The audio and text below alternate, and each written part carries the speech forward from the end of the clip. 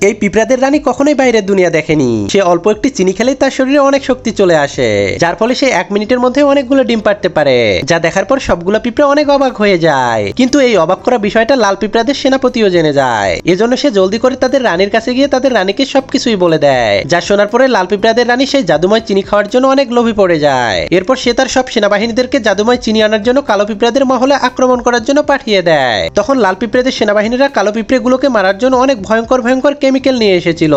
এরপর কালো পিঁপড়াদের মহলটাকে ভাঙার জন্য পাথর দিয়ে আক্রমণ শুরু করে দেয়, যার কারণে কালো পিঁপড়েগুলো নিজেদেরকে বাঁচানোর জন্য লাল পিঁপড়েগুলোকে পাল্টা আক্রমণ করে দেয়। কিন্তু তখনই লাল পিঁপড়েগুলো কালো পিঁপড়াদের মহলে অনেক বড় একটা পাথর দিয়ে আক্রমণ করার কারণে তাদের মহলটা ছিদ্র হয়ে যায়। এজন্য কালো পিঁপড়েগুলো অনেক রেগে লাল পিঁপড়েগুলোকে রকেট দিয়ে আক্রমণ করার জন্য প্ল্যান বানায়। কিন্তু লাল পিঁপড়েগুলো অনেক বড় একটা আনারসের সাহায্যে তাদের মহলের মেইন গেটটাকে ভাঙার চেষ্টা করে।